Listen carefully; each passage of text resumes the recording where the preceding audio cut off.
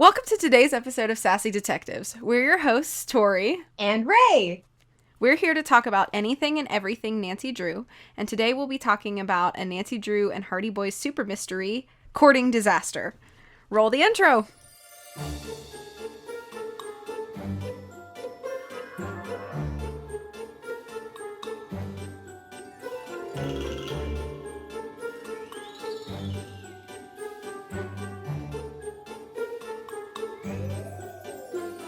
Okay. So, we decided to go with a book for this episode. Should I give a couple facts about this book? Yes, please do. You have some fun facts about this book. Yeah, so this is the 15th book of the Nancy Drew and Hardy Boys Super Mystery crossover series, which is really fun. This book was published in April 1993. Those were really all my fun facts. I could read the synopsis from the back if you want, or maybe we should just go through and kind of talk about the overview of the book. I mean, I'm looking in the back right now, and there's this one advertisement for a Hardy Boys and Tom Swift ultra thriller, which we probably won't be going through because there's no Nancy involved in this, but I might want to read this someday because it's about aliens and the alien factor. Actually aliens! Where an alien is kidnapped and Frank and Joe have to save it, and so that is such what sort of what? Okay, the 90s were something, y'all. Oh, yeah, the more I was reading this book, the more I was like, God, I need to read the rest of these because they're just so wild. Very, very crazy. So, should I read the back of the book? Should I read the back of the book to the listeners? Okay. Are we ready? I'm going to try to read it dramatically. Yes. And I will listen dramatically. America's top teen detectives team up when a love match turns into a deadly game. It's spring break, and the sparks are flying in Charleston, South Carolina. Terry Alford, a top television VJ, is starring in the hot new Broadway-bound rock musical Beauty and the Beat. And she's invited Nancy Drew, it's all in caps, backstage to catch her smash act. But Southern hospitality takes a nasty turn when a masked intruder makes a startling, show-stopping entrance, throwing the production and Terry's life into dire jeopardy. Meanwhile, on an island resort just off the Carolina coast, the Hardy Boys are trying to keep tennis superstar and super brat Pat Flynn out of harm's way. He's being stalked by an unknown assailant determined to knock him off the court for good. Nancy, Frank, and Joe soon discover that they're dealing with a matched set. Pat Flynn and Terry Alford are one of the hottest celebrity items around. They're looking for romance, but finding danger in Courting Disaster. Bravo. Thank you. Bravo. I also have to say, my favorite touch that you added to this dramatic blurb, was that in the writing, Nancy Drew and the Hardy Boys are in all caps, and so I love that you just yelled that. Yeah, I did that on purpose. Yes, literally the most perfect way to read that. So, shall we get started with describing our lovely dramatic plot? Absolutely. Oh wait, first I need to describe the dramatic cover, because you guys need to, look up the cover of this, because it's so dramatic. We've got the character of Pat Flynn. Dramatic. Yeah, and he's, passed out. It looks like some kind of Renaissance painting, you know what I mean? With the way he's passed out. I think it's supposed to be Frank holding him on the cover. And, his hair is just so fluffy. And yeah, and then... It's that early 90s hair. It really is, And, I guess, Pat's mouth is, all the way open, and... Yeah. I don't know, he's still holding his racket. yeah, Nancy's there with a water bottle, just like gasping, like, "Oh no, what's going on?" And then you've got, I think that's Butch back in the back there. I guess, I assume. He's another one of the characters. There's a lot of characters in There's a this. lot of characters. Oh, all right. Well, anyway, you guys need to look up the cover for this because that is one of the reasons why I bought it, because it has a hilarious cover. But anyway, shall we get started? Yeah, what you wanna kind of give us a plot rundown here? All right. Yes. So we start out in beautiful Charleston, South Carolina, A where city I am very familiar with. That's my hometown. quite familiar. And well, I hope you would be familiar with it. So, since, Yes. yeah. But anyway, so Nancy and Bess are there, and they are meeting. Who is it? What is he to Bess? I'm trying to look through the pages because he's like a family. Is he a family friend? Yeah, he's an old family friend. Yeah. They're meeting Kurt Zimmer. He is a VJ. I need to look up what that is. A VJ is like it was like a video DJ when like MTV like was like first oh a thing. right, Yeah, right. like a music video DJ. I am unfortunately Gen Z, and I do not know much about that. That's okay. That's okay. VJ was more like my era. Although I was very young when the VJ thing started kind of like drifting away. Yeah, like me and oh god, I'm trying to think of other things that I VHS. I don't know. I still VH1? meet people. Or VHS. Okay, I get it. VHS, yeah, because yeah, it's just certain things you don't know about. Like I know kids who don't even know what VHSs are, and it makes me feel so old. And I am like, I'm literally 22. Please stop. Yeah. But anyway, so they're meeting Kurt Zimmer, and they're at like some kind of restaurant. They're at this festival called the Southern Exposure Festival. Yeah, it's weird how they put like the caps like for expo, but then the word continues and it's like expo, sure. And I don't understand why they do that. That's how I read it in my head. Mm-hmm. Yeah, but anyway, so there's Southern Exposure. And so he's in for what he's doing in this is he is directing a new rock musical called Beauty and the Beast, which I'm pretty sure is an adaptation. I really hope it's an adaptation of Beauty and the Beast, because that would be a really cool coincidence if it wasn't. Yeah. Anyway, so it's starting. It is starring this actress, this famous actress. Terry is the VJ. Oh no, she is the VJ. Kurt is not the VJ. Yeah, I think Kurt's just the director, right? Yeah, he's just the dude in charge of the show. Okay. Yeah. But anyway, she is starring in the show, and she's super popular, and Bess is all super excited because she wants to see her fancy outfits and stuff. And so, yeah, they meet Kurt, and they're like, oh my gosh, hi, Kurt. And he's like, hi. And then they meet Terry, and they're like, wow, she is a short queen. And I love her. Because I stand in solidarity with short queens. Yeah. So. Me and you are both one. So. Yes. We like the short queens. The short queens. Yes. Yeah. Yes. But yes, and then they meet her, and she's wearing loose khaki pants and a man's button-down shirt. Which Bess is like, oh, so you're not wearing, like, fancy clothes? And she's like, no, that's just what I wear on TV. And so they're like, oh, yeah. And then they meet her manager, who smiles when she links her arm through his, which I guess was like, okay, that's either some weird 90s thing or it's sus. You know what I mean? Yeah. And this guy, Logan Chaffee, her friend and manager, and they meet him. They're like, oh, hi.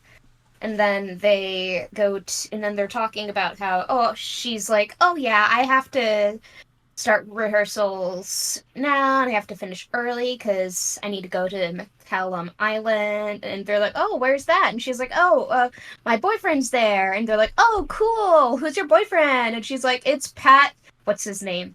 Pat Flynn. And they're like, wow, he's famous. And he's also a piece of crap. Yeah, he's a huge jerk, and I wanted to punch him in the face multiple times. But, like, everybody's like, isn't he some guy with, like, a really bad attitude? And she's like, I mean, yeah. Yeah, but he's my boyfriend. He's my boyfriend, so, like, I don't know. But, yeah. And what happened next? Yeah, and so they do, like, backstage stuff, and it's like, yay, backstage stuff.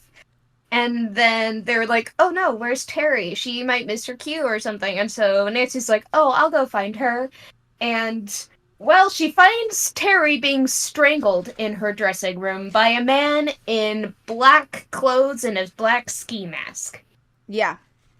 And Terry is not having a good time because, she's being strangled, which is not fun. No. And so Nancy, like, she goes to fight the guy. Basically, Nancy is a lot more combat ready in this book than there's in a lot the of fighting. Mystery stories. Yeah. There's a lot of fighting in this. There's a lot of, like, punches that get thrown. It's like, oh, Terry, what happened? What's wrong? And she's like, I don't know who it was, but I know it was a dude. And they're like, oh, yeah, because that's a very large woman and with large, yeah. So they're like, yeah, it's a dude, and he didn't he say something? I'm trying to see. No, it doesn't look like he said anything. No, he just runs. Yeah, he just grabbed her and stuff. And then there's this thing where Logan says, I knew it wasn't a harmless crank, and you brought this up to me. I sent me literally pictures of it. Uh-huh. And I was reading this and I was like, what is a crank? This is not... I thought it had to be a typo. But then he says it again. He says it again, like the next page. He's like... And then later it's not a crank call. And I'm like, what is a crank call? And then they say prank in another thing. So it's not like they're saying crank instead of prank for some weird reason. They just use this too. And I cannot find anywhere that has, like, an actual meaning in the context of this for the word crank. And it's it doesn't weird. Make any sense. Like, prank would be the perfect word for it, but we have crank instead, and I was so confused when I saw it too, and I'm just like, hold up. And, like, scouring the internet for what this could mean, I couldn't find anything. So, usual crank mail. What does that mean? Yeah, usual crank mail. I don't know, like... I don't know. Yeah. So I thought that was super weird. Yeah, it was really weird. But then we meet a new character. Her name is Holly. And she is the understudy. And so she's like, hey, Terry, you messed up that ballroom scene. And it's like, oh, gee, this is the stereotypical understudy character in a musical story. Very competitive and, like, quick to critique. She's constantly waiting for Terry to mess up or quit the show or something. She's like, come on, let me have my big break. Let me do it. So, like, the stereotypical understudy, automatically sus, obviously. Automatically sus. And what's next? Oh yeah, I know Terry shows Nancy, like, the notes she's been getting, like the threatening notes. So Nancy's, like, kind of... Oh, crap, yeah. Yeah, Nancy just kind of, like looks at those, and then she kind of notices that, like, Terry looks kind of bad. Like, she hadn't been sleeping very well. And this is, like, on the way... This is when they're, like, about to leave to go across to the island where the tennis stuff is happening, so that Terry can meet up with Pat and, like, see his match or whatever. So Bess and George are or not Bess and George, Nancy and Bess are going with her. Yeah, and then they get to the island where the tennis stuff is, and Nancy's like, I recognize that dude. Oh, he's turned to face me. I do recognize him. That's Frank Hardy. That's Joe Hardy. what a coincidence that they're in the same place for the. Hold up, I need to find which. How many 15th books have time. they done this far? 15th time! Yeah. That is so unexpected. They're like, Crazy. what are This you never doing here? happens. Yeah, but they're like, what are you doing here, Nancy? And she's like, I'm here to do stuff with Bess. Isn't it kind And of they're weird? like, Don't you think it's kind of weird that like this was the like era before like you could share your location with your friends on your phone and stuff. Isn't it weird yes. that like of all the mysteries in the great wide world, this is the 15th time that Nancy Drew and the Hardy Boys have just like happened to be in the same place? Is that not weird? It's destiny, And I mean that I happens in think. some of the games too, but I know that's like neither here nor there, but like in I Kapu think it's Cave, and she's like, yeah, it's only "Oh, happened once look, there, the yeah. Hardys are here," and I'm like, of all the places, why? He hangs up on Ned! Yeah, bye, Ned. I'll talk to you later. Oh, that for That well, we can talk about that Ned in our isn't Ned here, episode. so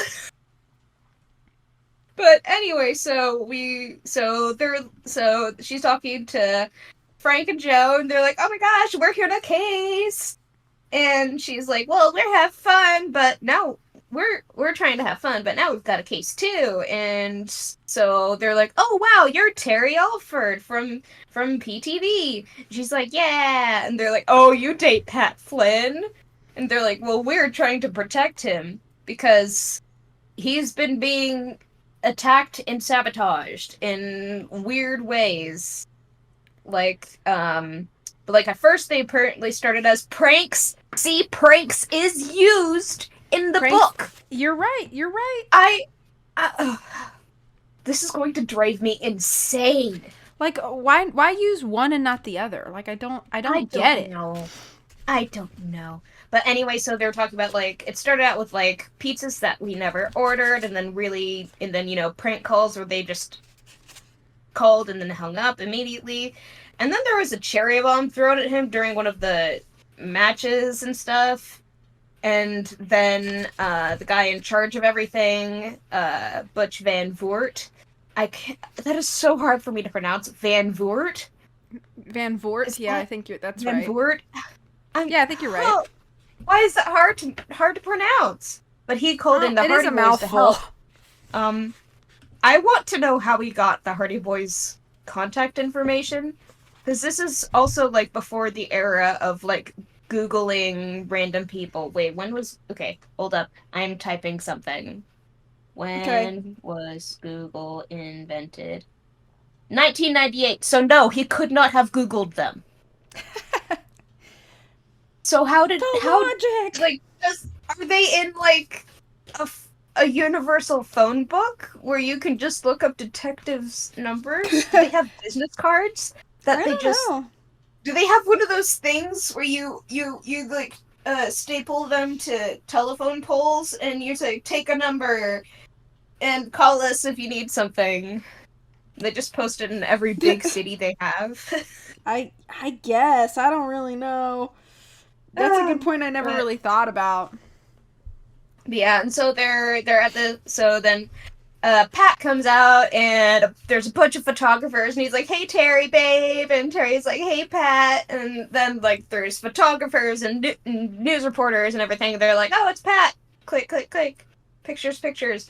And then Nancy sees one of one of the hands reaching out to point things at him isn't a microphone, it's a gun. Dun, Ah! dun. And then it pulls the trigger, and there is now bright red all across his white jacket, and everybody's freaking out. And then all the people run away, and turns out it's just food dye or paint or something. Yeah, But still disturbing. it's like red And dye. Yeah. yeah, and so Frank's over here just trying to figure out what's happening. And And Joe then is trying to run off and try to find whoever the attacker is. And I want to make a my quick. I want to make a favorite, quick note. You might be ready to say it. Go ahead. yes, have read so many books where they use roared in contexts where I do not want it. And so the only time a fictional man is allowed to roar in a book is Frank Hardy when he's trying to hear Joe from across the room and everybody's screaming. And he's like, "Everyone shut!" And then he asks, and then the lobby just is completely silent. And then he's like, "Hey, Pat, are you okay?" We love Frank So Hardy. funny! Frank is the exception. Frank Hardy is the exception. Yeah, Frank Hardy is allowed to roar in a book. I accept it. Yes, he is the only one. So that happens, and then we meet two new characters. We meet Alan Lassiter, who is the big rival for Pat in tennis stuff, and then we meet his coach. What's his coach? Yes, his coach, who is Gunnar Hedstrom. Yeah. I don't know if it's pronounced Gunnar or Gunnar.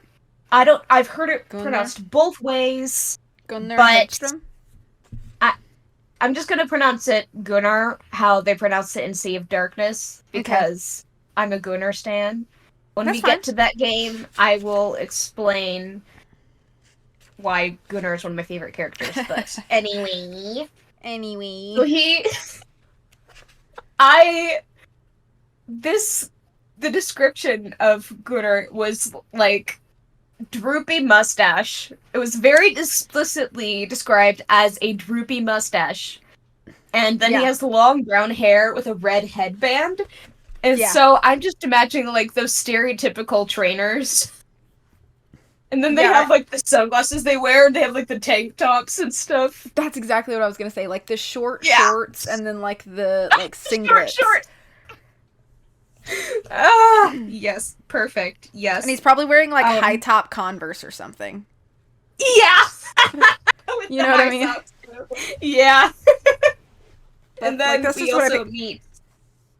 Yeah.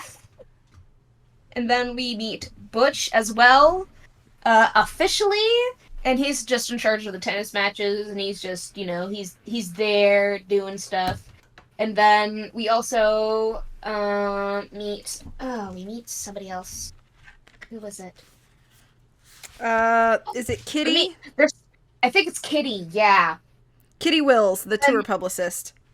Yeah, and she's kind of like snappy and stuff. And she kind of like seems a little bit mean and stuff with everything. And she seems a little like a little egotistical, like she's got like too much confidence kind of thing.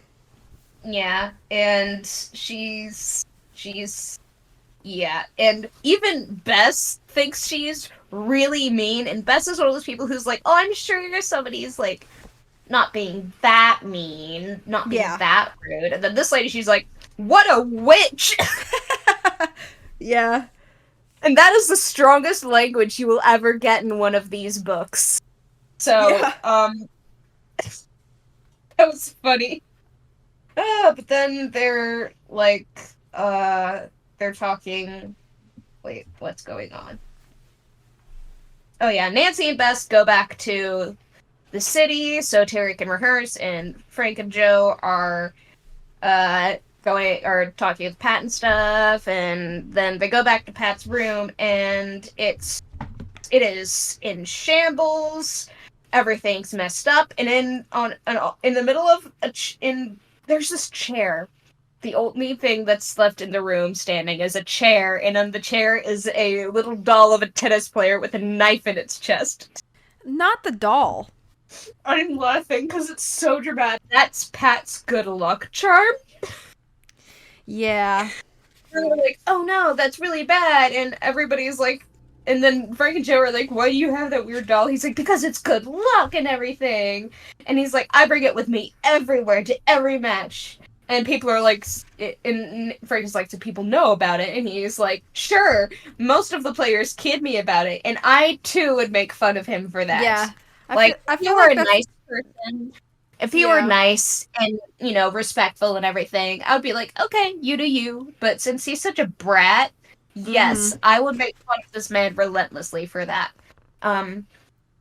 So yeah, we have that, and then we have Nancy, Bess, and Terry, and so Terry has to go back to her room to get her notes, or wait, no, she has to go get her notes. Yeah, she has to go get her notes and everything. Yeah, and so then we meet Lise, and her name is Lise, short for Felicia, because her grandparents who raised her are like super formal, and they're like, we do not do informal names. And she's like, haha, screw you, I'm gonna go by Lise. um We also, in this time, meet the character of Tim Delavan, who is like the stage manager. yeah, Because and there are he's so just your many characters. yeah, there's so many characters, but like all you need to know about Tim is that he's a stereotypical stage manager. So like somehow on top of everything, somehow is still alive and not going absolutely insane. Props to Tim for dealing with all of this. Yeah, Honestly, genuinely. Tim's the like MVP. Tim is he needs a raise, as do all stage managers, because boy oh boy. So then Lise takes Nancy and company to dinner and stuff.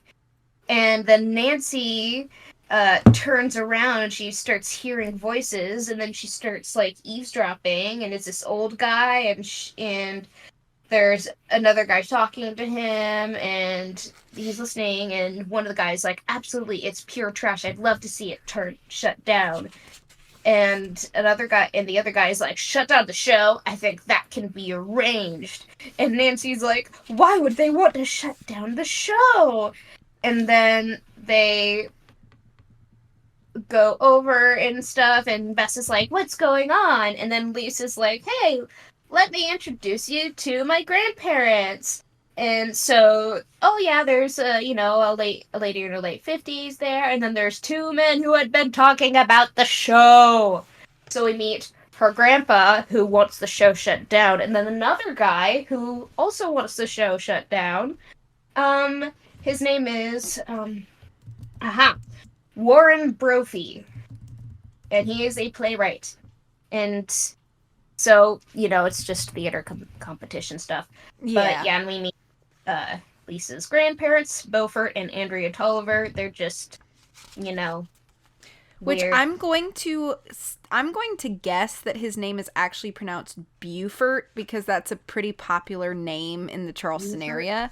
So I think Oh his name yeah, is so it's probably probably Beaufort. Yeah. Yeah, you'd be more familiar with the lingo and everything down there. Yeah. Just for like just in the context of Charleston, I'm going to guess his name is probably Beaufort Tolliver. Yeah. And so they're like, "Oh, so how did you meet my granddaughter?" And they're like, "Oh, at the theater." And and they call him Bo though. So Yeah, Bo. you for I, Bo, I guess. And he's like, "Oh, the theater." So she was with that scrappy musician, and she's like, oh, "His name is Cal," and he's one of the musicians in the band because it's a rock musical, edgy rock musical. That's fun. Uh-huh. But the plot of this book is just everywhere. It's everywhere. It's a very like messy setup, and because there are Yeah, so many characters and so many like threads, it's like such a like it yeah, feels and like a weird pacing by the time you get to the end. it's definitely a weird pacing, and it also has this weird way of like it well all of the dates you drew files and Hardy Boys mystery super mystery things, they always have to end each chapter with a big cliffhanger. Yeah. And so we've got a big cliffhanger, and so it's another thing where So like Nancy and what Bess go happened? back to the theater at Mm-hmm. this point, and they're kind of like watching like a run through of like some song, and they do it like multiple times, and then Kurt says something like he wants to run a dream sequence which features Terry.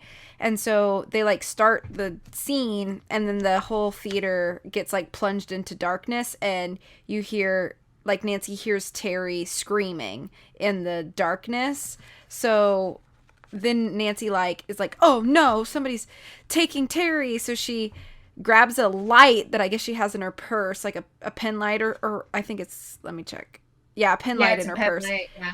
And then she's like running toward the stage, and then she finds Terry or whatever, and the work lights come back on, and Terry is like, somebody came up to me really, really close and was like, whispered, hang on, I'm gonna find the line. A voice in my ear said, your next role will be a corpse. Can you imagine that, though? Yeah, I'd be like, what? You are all alone in pitch dark with fog everywhere around you, preparing for a part of the show. The lights aren't coming up, and you hear somebody standing extremely close to you, whispering in your ear, your next role is a corpse, and then walking away. That would genuinely throw me into... I would be scared for my life, and I would be like, I will not leave without a knife in my hands. Yeah. I will not do anything without some way to attack whoever is trying to kill me, okay? Yeah. I would be going insane over this. Like, that... Why is it because she's so like, oh, I don't want the police here. I don't want anybody to worry. Girl, you keep getting attacked. You need, like, a bodyguard or something. Yeah. Yeah. Like, she has a manager, but that's not a bodyguard. That's a manager. Yeah, he's like, basically, a manager is like a glorified assistant or a glorified secretary, really. Yeah, somebody who takes your calls and gets you roles and stuff, but you need somebody who has, like... she needs a whole team of them to just guard all of her stuff. But then, anyway, so they're like, what happened to the lights and everything? And Tim's like, I don't know. Somebody did something to sabotage it. It's all weird now. And so that happens, and then Logan, her manager / bestie, is like, oh my gosh, no, Terry, I'm so worried about you.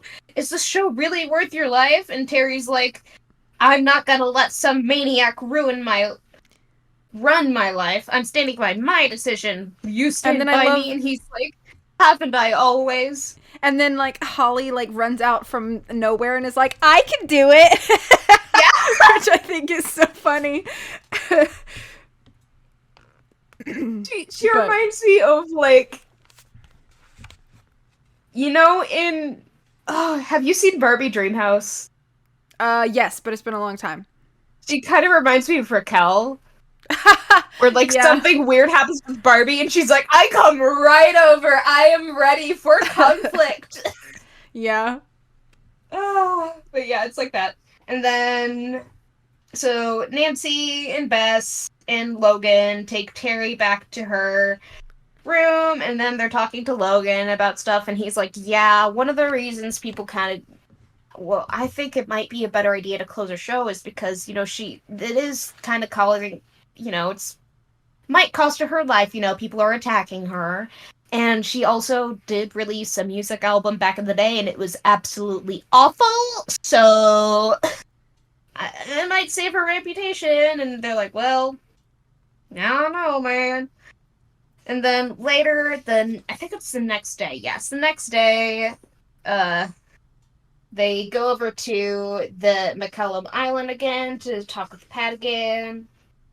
And apparently they realize that, so, you know, the tour publicist, Kitty, the red-haired angry girl, she actually used to date Pat. And isn't that messy? Yeah, they apparently did like each other because they were always having, like, screaming matches and stuff. And Butch hired her for it because apparently she's good at her job, but, like, yeesh, that's very yikes. But then, anyway, so Terry's like, oh yeah, while we do all this stuff, I'm gonna look at my notes. And then she opens her notes. She gets out her notes from last night's rehearsal, and then on the top of it, it just scribbled in blood red marking, quits. And then Bess is like, oh no, that's so bad. And they're like, what happened? And she's like, they were in my purse. And they're like, where was your purse? She's like, it was in my dressing room. And they're like, did you lock your dressing room? She's like, Nah. no. It's like, girl! Like, what are, you're so, okay, I like Terry, but I think, respectfully, Terry's a little bit dumb. I want to give her a lesson in paranoia, which is that lesson of, hey girl, sometimes paranoia is a good thing, and you should lock your door. Especially as a short queen, you know, because it's dangerous for us short queens out here. So, yeah, and then, what's next? Then, I'm pretty sure they go back to... Because Pat's here. Pat. And they're like, oh, yay, Pat. And apparently Pat Flynn collects enemies like stamps, according to Joe. So they get to go see the tennis show, and it's like the tennis show. Oh my gosh, the tennis match. Can you tell I'm not familiar with sports? What? You love sports ball. I love the sports ball. You could see the ball go. They kick it. Yeah. That sounds like a book you read to like a baby, and it's like, look at the ball go. So we've got that, and so the stands are completely crowded, and that's going on around, and they're like, wow, it's so cool, look at the game. And Nancy's talking to Terry, and Terry's like, you know what, I can do this show no matter what Logan thinks. And Nancy's like, does Logan's attitude bother you? And Terry's like, I used to figure he was looking out for me, but I don't want to hear his negative thoughts anymore. And Nancy's like, why don't you replace him? And he's like, no, he's like a big brother to me. But yeah, I would, but alas. And so then they see Frank and Joe there, and they're like, oh yay, Frank and Joe. And then they look at Pat on the court, and he is not looking good. He just looks a little bit off and everything.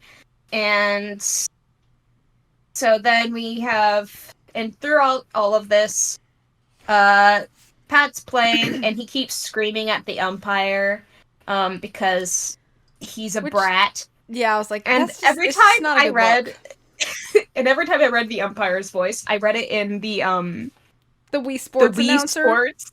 Yes. Yeah. Like, me too. Love 15. Love 15. 30, 15. Match 40, point. 30. Game point. Yeah. Yeah. The left team wins. Yeah. And then it's like the Wii Sports music starts, and then like the characters just like swing the rackets. Yeah, the weird swishy sound. Yeah. That would be way better from actual sports if everything was just played the way it is in Wii Sports. Uh-huh. And the winning team got to have the camera just on them, and they would just swing their rackets around. But that would make sports way better. Anyway, so true. They're watching Pat, and then suddenly he stands perfectly still, and then he sways and he dramatically collapses onto the cover. Court. They're like, "Oh no!" And it is the cover. It's the book cover. And so Frank and Joe run right down past him, and Pat is just, he is not doing well. Pat isn't doing well, and he's complaining about his stomach, and then the doctor comes over, and she's like, what's going on? And she's like, how long ago did you eat? And what did you eat? And he was like, it was like 2 hours ago, I just had orange juice, pancakes, and eggs. Typical breakfast thing. So anyway, they're talking about Pat, and there's like an ambulance, and they take him on the ambulance and everything. They're like, and then Alan is like, what about our match? Can we reschedule? And Butcher's like, we can't discuss that now. We don't know if Pat will ever be able to play again. And then Gunnar's like, oh, he'll be fine. And so we know who's concerned about Pat and who isn't. It's basically Alan just wants to know if he's gonna win everything. Gunner's like, I don't care. He'll be okay. But just like, oh no, buddy! And then Frank and Joe are like, I want to get paid, I guess. So one thing I think is really funny about this scene is that Joe just wants to like fight everybody, which I think is really funny. And because like that comes out throughout the entire book. Yeah, and Joe's like, what makes you so sure? When Gunner's like, he'll be fine. And then like later, like just like a few paragraphs later, Kitty comes up and she's like, our teenage detectives, have they solved the case? No. Oh, well, because they're so unprofessional or whatever. And Joe's like, look here, lady. And she's like getting ready to swing on her. And Frank has to be like, whoa, whoa, whoa, whoa, stop. It's like, kid, calm down. Yeah, I just think it's so funny. So then they go to the chef at the restaurant, and they're like, could anything here have, given him food poisoning? And the chef is so offended by this. He's like, first of all, how dare you criticize my cooking? How dare you criticize my restaurant? And second of all, how dare you accuse me of poisoning somebody? Okay, my cooking is amazing. Screw you. And then, yeah, and who was it that... Yeah. Somebody said... it was Kitty, who was like, don't worry, we actually love your food. We're just investigating. And he's like, oh, okay. Then we're okay now. And... Because... What's his name? Michel, yeah. Yeah, as in Jean-Michel Troiclenard. Wrong Michel. But he was about to be like, I'm not gonna serve any food here anymore. And any food to you guys, you sports people. And then Kitty calms him down. He's like, okay, that's fine. But then they ask him about like, oh, so just anybody can walk in? And he's like, yeah, we don't really keep it that, secure. And they're like, are you kidding me? And he's like, well, who'd want to go in and poison stuff? Then he's like, oh yeah, let me describe the guy who came in here. He had a droopy mustache and long red hair. And long brown hair with a red headband. And who was described with a droopy mustache? It was Gunnar. And so, yeah, they're like, what could Gunnar have done? What is he doing? So that's not his space. Yeah, and apparently, and then we realize, we don't realize. Pat tells us, or tells Nancy, Frank, and Joe that Gunnar used to be his trainer, and he didn't like Gunnar because he was basically like one of those TikTok fitness influencers / almond moms who's like, you can only eat this, and this organic food with like unseasoned chicken and all these supplements and everything. And Pat did not like it, and he was really mean and stuff. And so Frank was like, oh, so we could have had two things happening. Either he was putting supplements in Alan's food, or he was poisoning Pat. So I also, if I were him, I would poison Pat because he's a piece of crap and really mean. So Frank and Joe go into the locker room to look for clues, and then they see Gunner's his bag, and so they look in it, and it was full of labeled containers and stuff, and they're like, wow, that's a lot of weird vitamins. And then they see a bottle that has a little X on it, and they're like, what is it? And so Joe he pours some of that stuff into like a bag or whatever, like a little baggie. Mm-hmm. And then they're like, yeah, so there's that. They're like, haha, here's some stuff. Oh, and it's only Joe now, because Frank is somewhere else. So it's only Joe, and he's like, haha, I found clues. And then he turns around, and he sees Alan, the tennis rival, and Alan's like, what are you doing? You're messing with my trainer stuff. And Joe instantly is ready to fight him. Yeah, and he's like, yes, it does break out in a fight. Yeah, it literally says, punching, he's kicking. It literally says, hang on, I'm gonna read it. Uh... When Alan launched a roundhouse right toward Joe's jaw, Joe was ready. Joe's always ready. He's ready. He's ready to throw Ready hands. to fight. And so then there's a knock on the door, and Bess pops her head, and she's like, "Hey, Joe, what's going on?" And Alan's like, "Saved by your girl." And then he's like, "Get out of here." So that happens. And then, yeah, and so he's like, "I think I'm the real target." And Joe's like, "But okay, if you're the target, then why is Pat giving head?" He's like, "I don't know, that's up for me to decide," or something. And so Joe's like, Yeah. "Okay, I don't believe you." And then, so Bess and Joe leave, and yeah. Oy. And then so they're talking about, like, maybe he was telling the truth, and Pat is organizing this to get attention on him, which, you know, I would not push past him. But then we skip over to, we're back at the theater, and they're trying to find, what was it? Oh yeah, they're going back into Terry's dressing room to do stuff with her, and they open it and it's unlocked. And they're with Logan. They have, what was it? Oh yeah, so Terry, Logan, Bess, and Nancy, they're walking there, and then the door is open, and Logan's like, "I left that locked." And then they go in there, and there's a man standing there with his back to the door, and he was holding a small tube of red lipstick. And on the mirror, it said in the red lipstick, "R.I.P. Terry."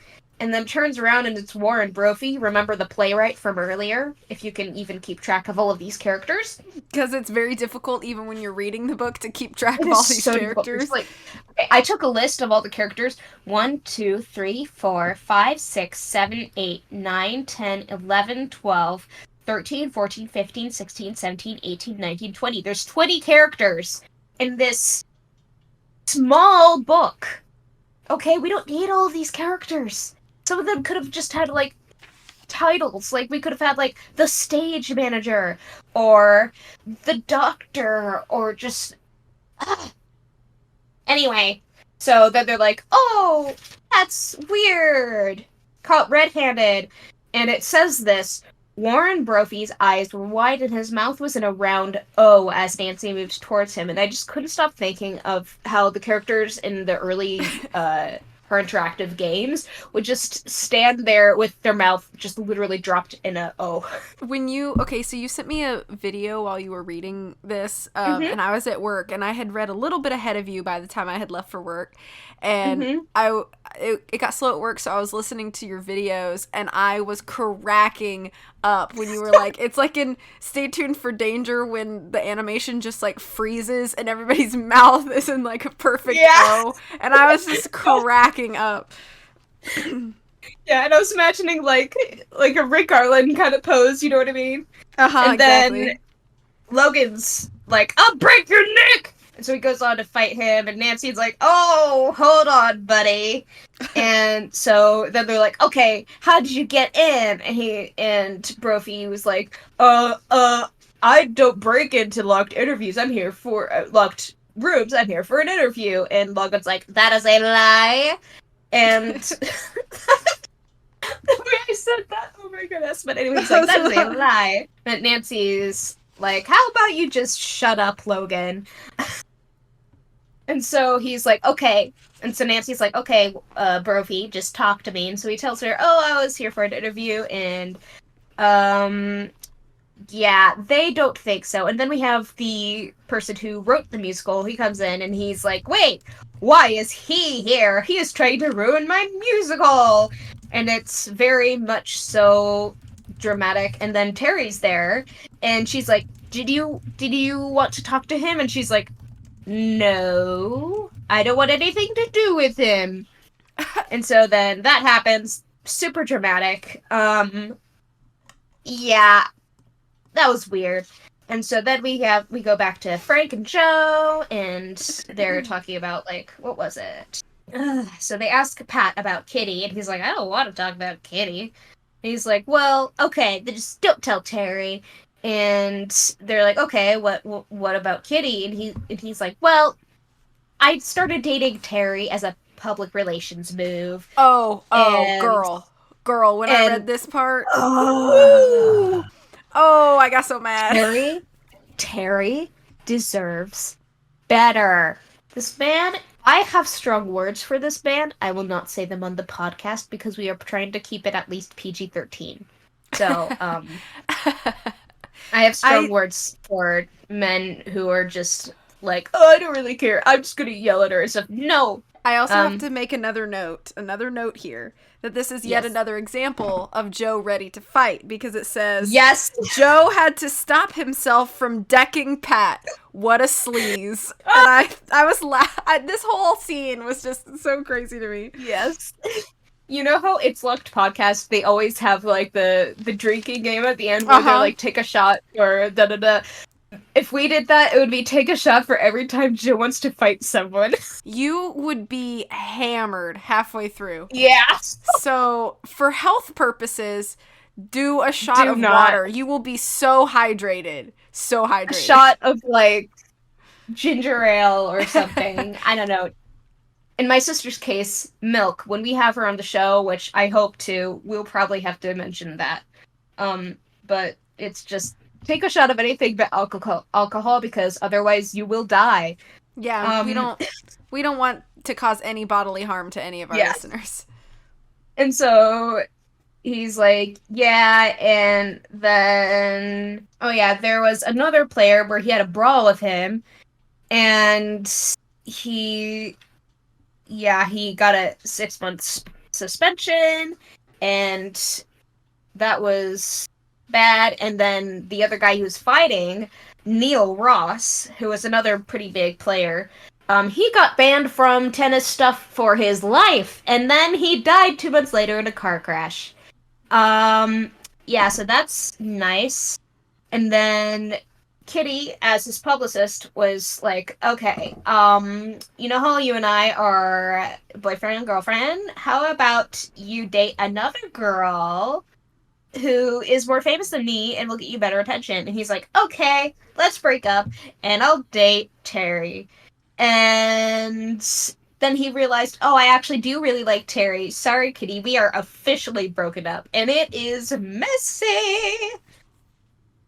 So, like, yeah, it's just really, really messy. And this whole thing, drama. Very dramatic. It's a lot of dramatic. It's very soap opera-y. Yeah, so then they go to the theater and... with Pat. They take Pat with them. Yeah, they watch the theater. Because more things happen later that make me angry again. But so it's important to note that Pat goes with Frank and Joe to the theater to watch Terry's rehearsal, okay? So they're all there at the same place together. That's important to know. Things to say about Pat! So then they're like, so they hear Lise talking, and she's like, oh, I don't know what to do. I have to warn Terry. And Nancy's like, warn her? About what? And Lise is like, oh, I think my grandfather is mixed up in some horrid plan to ruin this show. And so Lise tells her about how she overheard her grandpa talking to somebody. Hang on, we skipped something important. Wait. We skipped something important. Did we? It's the part where I'm gonna get mad at Pat again. So Nancy is watching the rehearsal, and so is Frank. Oh! And Frank is a few rows behind Nancy, and Pat comes in and sits next to Nancy in the theater while she's watching the rehearsal and hits on her. And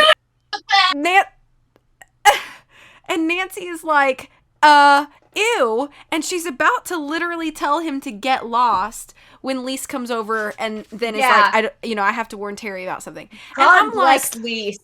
bro, your girlfriend is on the stage and you're sitting here hitting on Nancy.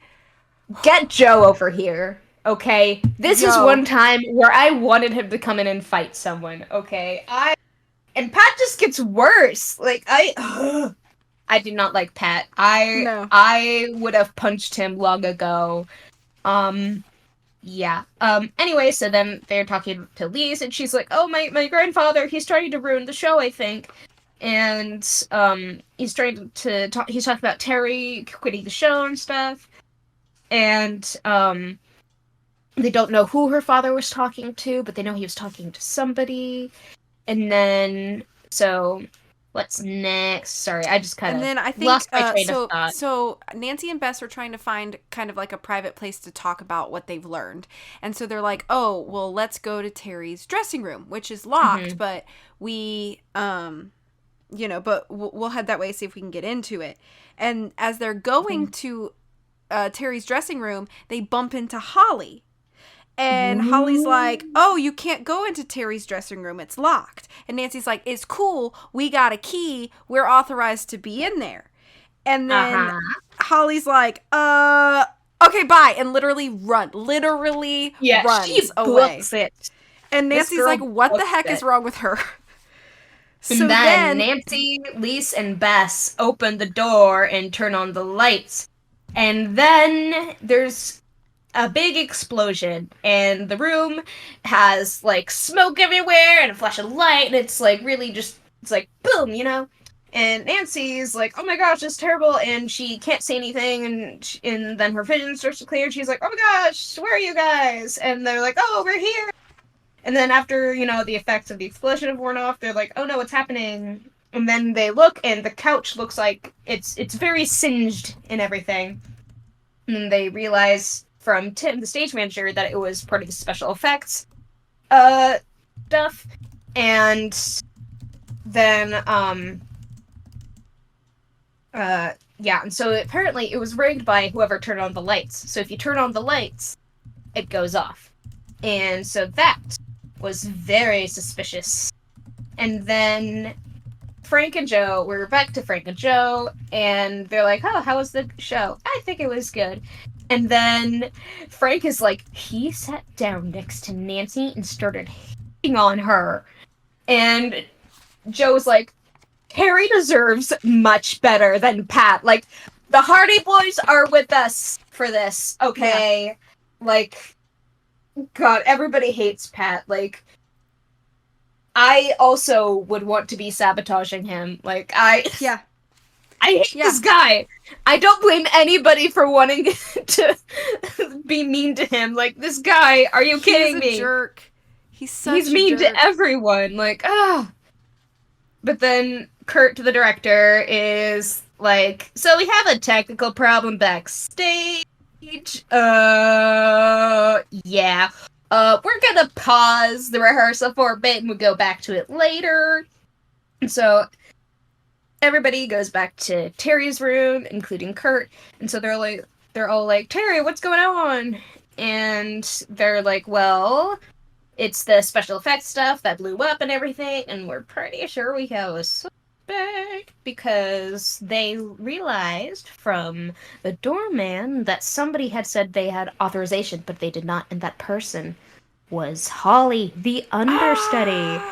So that's kind of sus. You know what I mean? Yeah, it's kind of sus, though.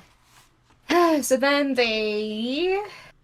was this... Okay, so there's another part where I want to punch Pat. Is it when Terry's like, "Are you okay?" Or when Pat's like, "Are you okay, babe?" to Terry, and Nancy's like, "Well,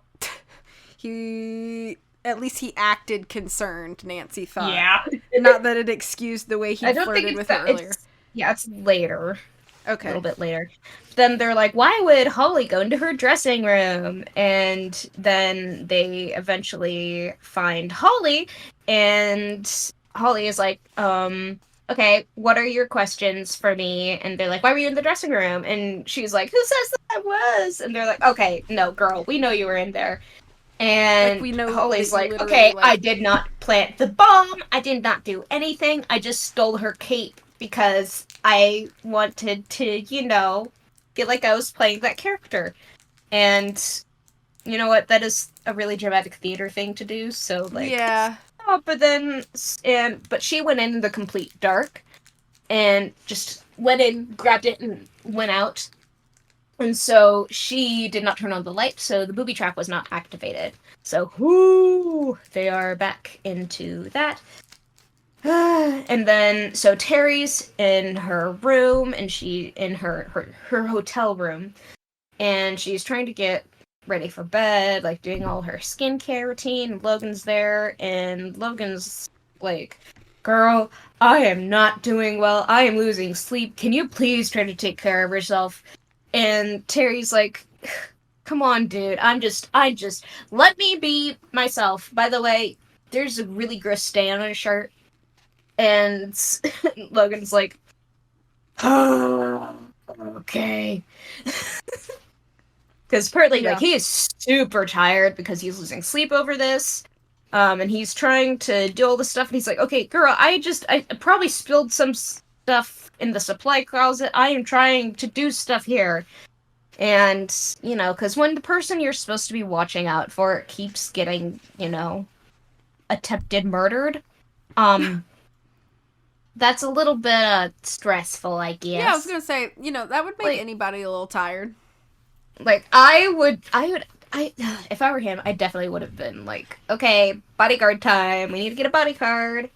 But then, so, yes. So Nancy and Lise and Bess are about to go with Terry. And wait, no, Lise isn't going. They already left, but Terry, Nancy, and Bess are going. They're like, and Logan's like, "Oh, I'll take you," and she's like, "No, I'll go with Nancy and Bess. I feel safe with them because of everything. You know, they've been keeping me safe." And then, Lise is somewhere. I don't know where she went. But then he's like, "Bye, see you tomorrow." So Logan drives off, and then Nancy and Bess are talking and stuff, and they go to the car, and then boom, Nancy's rental car explodes. Yeah, wouldn't that be that's an awkward phone call to Enterprise later. Like, yeah. Hey, so the Ford Focus that I was driving around Charleston, somebody blew it up, so, could I, is that covered in the rental agreement, or what? It was fun. And so Nancy is not doing well, and then we get a little bit of a Francie moment when Nancy is trying to hold herself up, and she's trying to sit up and stuff, and then she hears, "Nan, don't try to move yet." And then, blinking, Nancy realized that Frank Hardy was bent over her, concern in his brown eyes. She saw that Joe was tending to Bess, who was sitting up a few feet from Nancy. Logan is at Terry's side, with Cal and Lise behind him. Every Francie moment, I am like, "Ooh, Francie." Ooh. So, yeah, Nancy's car explodes, but, like, it's Nancy, so are we even gonna question it? So the police come there, obviously, because a car exploded. Yeah, and they're wondering, like, how did the bomb go off? Like, we didn't even get to the car, we didn't turn the key, we haven't even started the ignition or anything, like... Yeah, it just went kablooey, and he happens to be close by. It just went, like, and just blew up. Yeah. And then there's this one part, is it here? So Pat's like, "Well, why isn't my match going on?" They're like, "Well, your girlfriend nearly got killed." And he's like, "Well, what about my match?" And Joe, I know. Oh my god, hates him still, and Frank also hates him, and I also hate him. Everybody hates Pat except for Terry, who should break up with Pat ASAP because I hate him. And he's like, "I'm ready to walk out here, okay? I hate him because he treats his girlfriend like garbage, and he's blackmailing Butch," which was a very subtle thing mentioned earlier. It was mentioned for, like, 2 sentences that he was like, "Oh yeah, I just blackmail him a little bit, like, he can't get rid of me." But he's like, "I'm ready to fight him, I'm ready to walk away," and Frank's like, "Oh, okay, hold on, maybe he's a creep," and Joe's like, "Drop the maybe, that guy's a creep with a capital creep." I lost my words. He's a creep with a capital creep, you are right. Yeah! But then, Joe and Frank are like, who are our suspects? We have Ellen, we have Gunnar, and then they're like, oh, what's that noise behind us? And a yellow pickup truck is speeding at them. And directly at them, so obviously, they're like, oh my gosh, we have to run away. And so, just as the truck's about to hit them, they jump out of the road, and it just goes like around the building. They're like, wow. And then they hear a crunch of metal, and they're like, oopsie, somebody crashed a truck. And then, so they go there. They're like, oh, I wonder what's going on. And then men in colorful sports clothes go over there, and they're like, well, looks like you two have explaining to do. And Joe's like, we didn't crash that truck. And they're like, well, what about those keys that you have? Because Frank took the keys for evidence, and he had like a little handkerchief or tissue thingy that he took out, and he's like, aha, fingerprints. And then the guy just grabs keys from Frank, and he's like, fingerprints. And so everybody now thinks that Frank and Joe crashed a car, and they are vandals now, and they're like, well, we're gonna find out who signed out the truck. Turns out, apparently they did, or somebody in their name did. But, they're talking to Gunnar, and he's like, Gunnar, you got some nerve, pal! And guess which one of them says that? Oh, did you want me to guess? Oh, because I was like, I read the book, so I know. Yeah. It's like, oh, one of the Hardy Boys really wants to fight someone, huh? I wonder who that could be. Could it perhaps be Joe? But anyway. There's even a line in here. There's a line in this chapter where it says, okay, I'm just going to read it. It says, what are you talking about? Alan's eyes narrowed. Just you and me, one-on-one, Joe said. Because, bro, yeah, like, if you drank a shot of water every time Joe wanted to fight somebody, you would be the most well-hydrated person on the block. Oh, yeah, but so... So they confront Gunnar and Alan. They're like, are you really not behind this? Are you really not the ones trying to kill us or sabotaging them? And they're like, no, don't talk to us. Go away. And then, yeah. They're like, we don't have to talk to you. And then Frank is like, hey, Joe, So Joe is like, do you buy what Alan said about Pat, which is that Pat, his theory that Pat was doing all of this for attention for himself. And then Frank's like, I don't know, but you know how he said that Pat told him that we would mess him up or something? What do you think he was thinking? And Joe says, thinking? Pat Flynn? You really believe Pat thinks? Yeah, I liked that part so much. But then, so they go to the doctor, and she's like, and they're talking to the doctor, and they're like, well, did you find out what made him sick?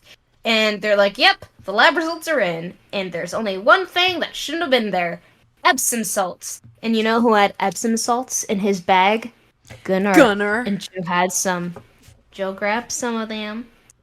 And so they're like, it must have been Gunnar! But then they were like, wait, Gunnar labels literally everything that he has, so why wasn't that thing labeled? So then they call Gunnar, and they're like, hey, let's meet up. We have to talk. And so then he offers to talk to them, and so they talk to Alan and Gunnar, and they're like, well, we have evidence that you might have poisoned Pat. And Pat is like, and then Gunnar's like, hold on, I did. I could not have done that. And he's like, because, I don't hate Pat, okay? I know everybody thinks that, but I don't. I pity the dude, okay? He's miserable. Look at him. True. And like, yeah. And they're like, but what about the Epsom salt? And he's like, well, I just carry that with me everywhere, okay? Like, I'm an athlete and a trainer, okay? That's what I do. I use Epsom salts, okay? And then they don't want to talk to anybody else. And then Butch comes and finds them after they leave Gunnar and Alan. He's like, you guys keep messing up everything. You know what? You're fired. So.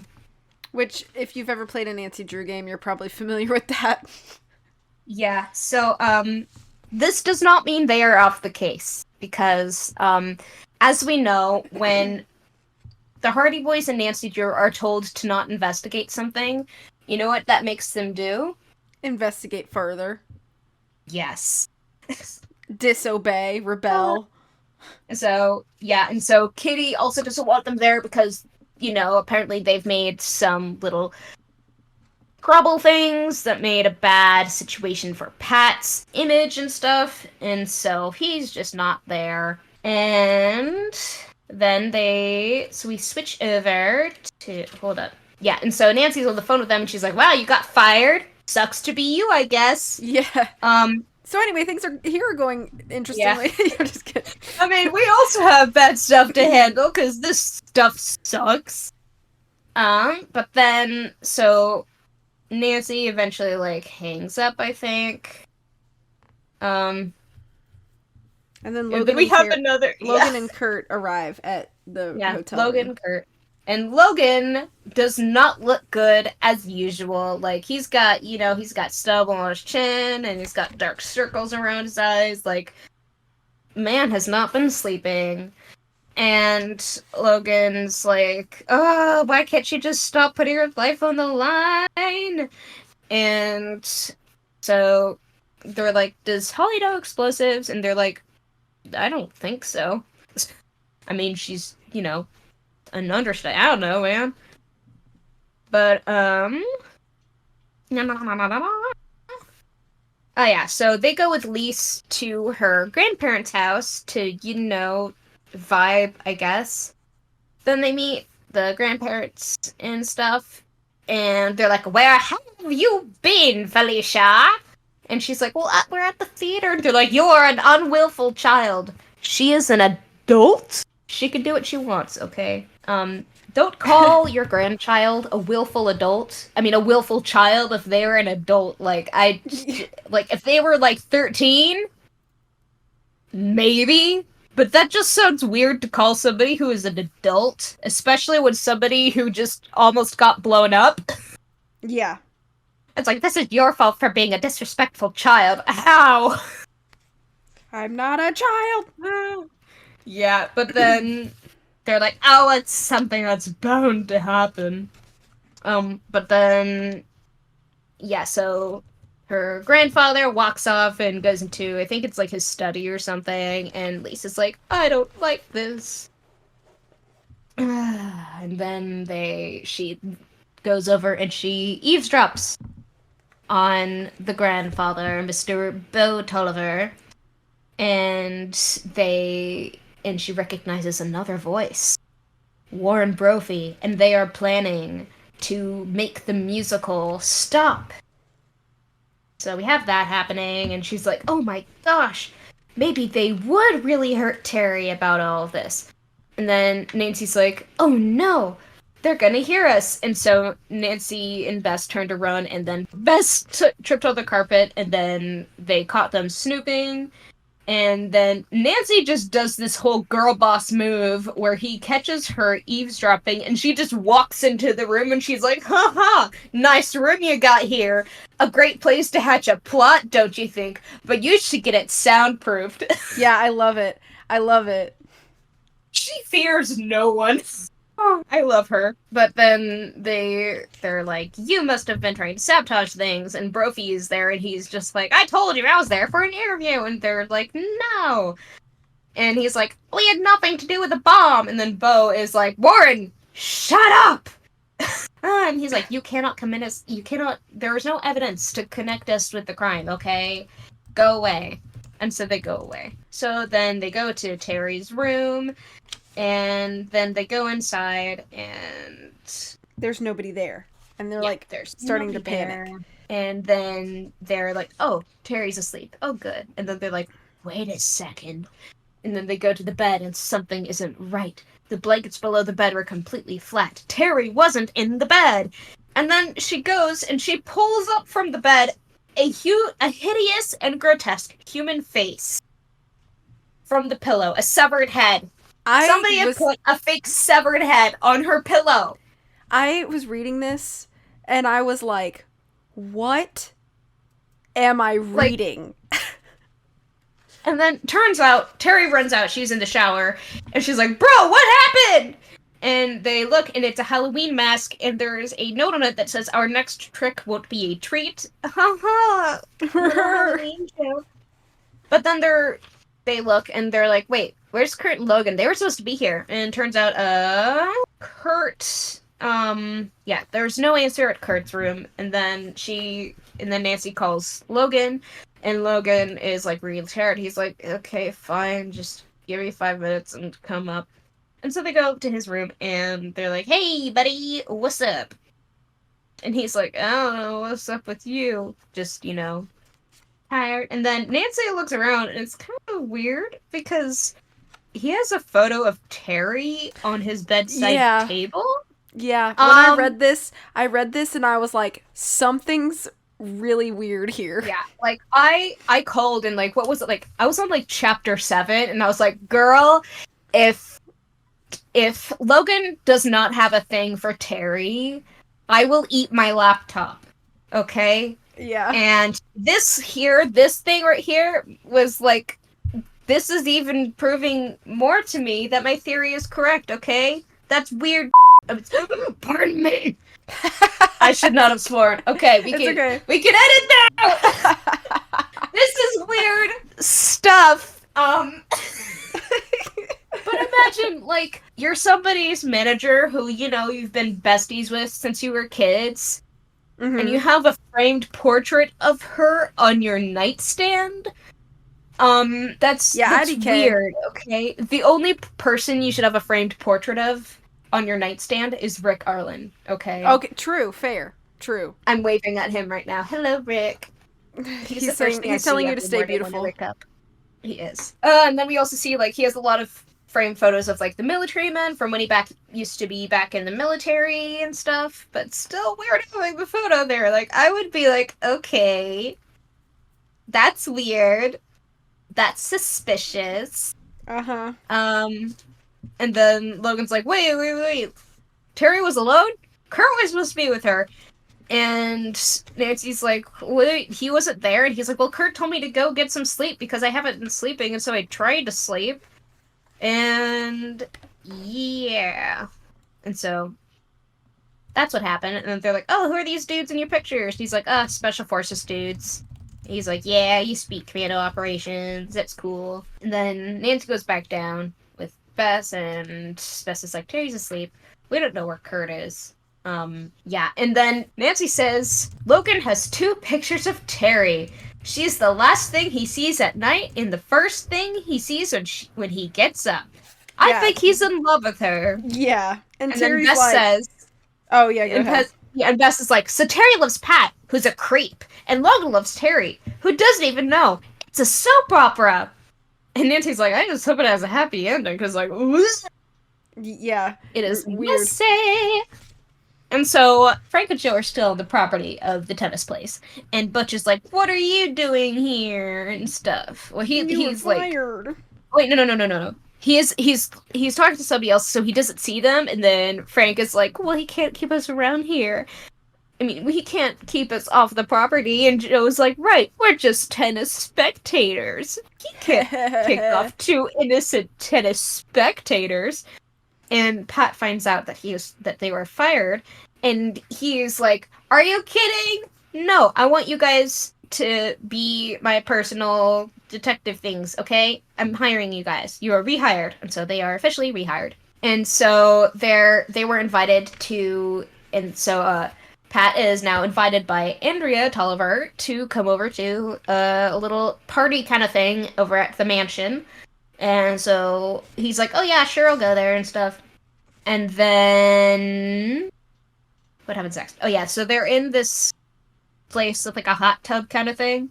Yeah, because Pat wants to like take a dip in the hot tub. Yeah, and so Pat's like, yeah, I want to do that. And they're like, sure, we'll turn it on and everything. And Frank was like, the wires look weird. It looks kind of sus. And so then he looks there, and there are some wires in it, and they are hot. And Frank is like, oh no, if he steps in, he'll die. And so then Frank tackles. He kind of like tackles Pat It says he threw himself at the player and grabbed Pat, dragging him away from the whirlpool. And so Pat's like, bro, what? And Frank is like, dude, I don't think you want to die. And then he fixes it, and Pat is like, wait, I could have literally died just there. And they're like, yeah, buddy. And Pat's like, ooh, I'm not sure I like that. Which, same, I guess. Actually, yeah, I don't want him to die. I just want him to get punched by Joe. You know what I mean? Yeah. Oh, yeah. Absolutely. And then Ellen and Gunnar come into the room, and then Pat's like, you just tried to kill me. And they're like, bro, what? We just got in here. And he's like, yeah, you hurt me. You tried to kill me. You know what? I'm gonna sick Frank and Joe on you. And Frank and Joe are like, hold on, buddy. And then there's a TV dude who comes in to interview you, and No. Somebody at the door, yeah. Yeah. He comes in, he's like, hey, we've got the camera set up. Can we talk to everybody for the interviews? And it's like, okay, this is kind of a bad time. Yeah. And so Pat's like, yeah, I don't really want to talk to anybody right now.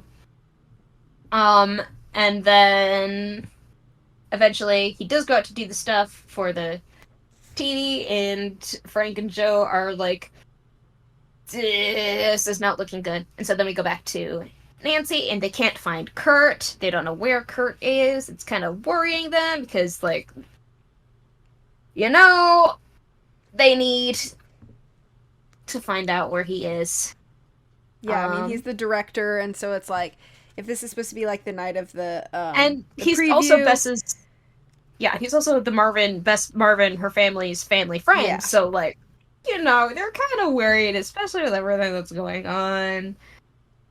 And so then they go into Kurt's room. Yeah, and they're like to find, searching in evidence. there. Yeah, and then the maid comes in. She's like, oh, "This isn't your room." And Nancy's like, "I'm his assistant, and I'm supposed to be here." And the maid is like, "Oh, okay, that's fine." Like, it's so easy for her to convince her. Like, she just says, "I'm his assistant." And she's like, "Okay, that checks out." Like, no official anything, no asking more questions. Just like, "Okay, you can be in here. I don't care." Like, she's probably being paid minimum wage, so, like, same girl. I will also not check that much if I were being paid minimum wage. Yeah, it's like, oh, okay, alright, well, I guess I don't get paid enough to care. Okay, bye.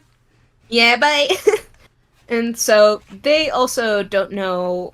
She also doesn't know where, Kurt is. And so, nobody knows where Kurt is. But, Pat called Terry, and he is in a bad mood, he's always in a bad mood. We hate him. But yeah, they still don't know where Kurt is. And then Nancy's like, should we tell Terry how he feels about you? About and they her just do. And stuff? And they do. And they just tell her, well, Bess is just like, hey, yo, so we think that he's in love with you, okay? And Terry's like, what the flip? Huh? Huh? Girl? What? Why? They're like, well, we're gonna just tell you a bunch of, like, weird things, like, he always talks about you, and he's got pictures of you all over his hotel room, and Terry's like, what? And Nancy's like, hold up, this, you don't know about this? And she's like, oh, no? We're supposed to be friends? Like, he's like a brother to me? That's just kind of weird. But anyway, she's like, I have to talk to Lode, because this is just weird. And then they go over, and they're at the party at the mansion thing. Right. Aren't they at, like, the mansion party thing? Yeah, they go no, to they're not. Yeah, they're going yet, to... Yeah, they're going there, and Frank and Joe are going to drive them there in a different rental car. And Frank says, we rented a car to take you, since yours got trashed. I think trash is putting it lightly. Yeah. And then, okay, so, like, yeah, this is past the point of trash. Your car got obliterated into pieces. There was fire. There was an explosion. Y'all were knocked back on your feet. Trashed is like, oh yeah, somebody like keyed it or like slashed up the seats or something with a knife. Right. No, buddy, this is It this gone. is like the car is gone. Okay. Yeah. And then here's another example of I hate Pat, okay? So they're all in the car and they're heading to the party, and Yes, this is the one I was talking about. And then this is the one Terry, that I about. yeah, Terry's like, "Do you guys want to see the preview? I have house seats for you right up front." And Pat says to his girlfriend, "Why should I go see you?" Oh, Him. I hate him. If I were dating him, I probably would have either punched him by then, because if he's gonna constantly be demeaning me, like, I'm probably gonna lose it. Like, this guy just is constantly like, I don't care about you, I don't care about you. Get away from me then, leave me alone. Break up with me if you don't like me so much. And then Nancy's like, so they're trying to like diffuse the situation, right? And then Nancy's like, everybody has bad days, like next time you'll win. And Pat turns around and says to Nancy, "What do you know about it? If my so-called girlfriend hadn't been too selfish to get herself out of bed." And Terry just flips and she tells him to shut up. And I'm like, finally. Oh, I have words to say. I have words to say about Pat, and none of them are nice. Yeah, I hate him. He sucks. And then they get to the party. Yay! So it's party time. There's like food and there's music, like bandstand music and stuff. And they're like, so what's going on? And Pat sees, Terry, what happens? Oh yeah, so Logan's at the party. Yeah, and then he and Terry's Pat like, have "How a did you know about confrontation. Yeah, and then Pat is like, "Why don't you get lost? I don't even know why Terry lets you hang around." And Logan's like, "I'll be with Terry long after you're nothing but a bad memory." And then they start swinging. Fight and start swinging. And Nancy's like, "They are going to kill each other." Mm-hmm. And Terry just wants everybody to stop fighting, because she's like, "This stop! Oh my gosh!" And Joe. So Frank yanks Logan off Pat, and Joe tackles Pat. And so it's like, yay, Joe finally got to fight someone for like the 17th time. I don't know. I love him. But so that's going on, and Terry's like, "Bro, you're my manager. Act like it. Pat, go away." And Pat's like, "What? He jumped me. Was that my fault?" And she's like, "Yes. And I don't want to talk to you right now." And so Pat's like, "Yes, fine, girl." And then he like Get sulks rid away. of him. Yeah, I'm. Ugh. And then Joe's like, "Yeah, he almost got killed earlier." And she's like, "Oh, so no wonder his nerves are shot and stuff." Like, "Ooh." So he's having a bad day, but that's no reason to be a piece of crap to your girlfriend, Genuinely. who got you front seat tickets to her show. Yeah, he's like, oh, Buddy? Pat is literally the worst.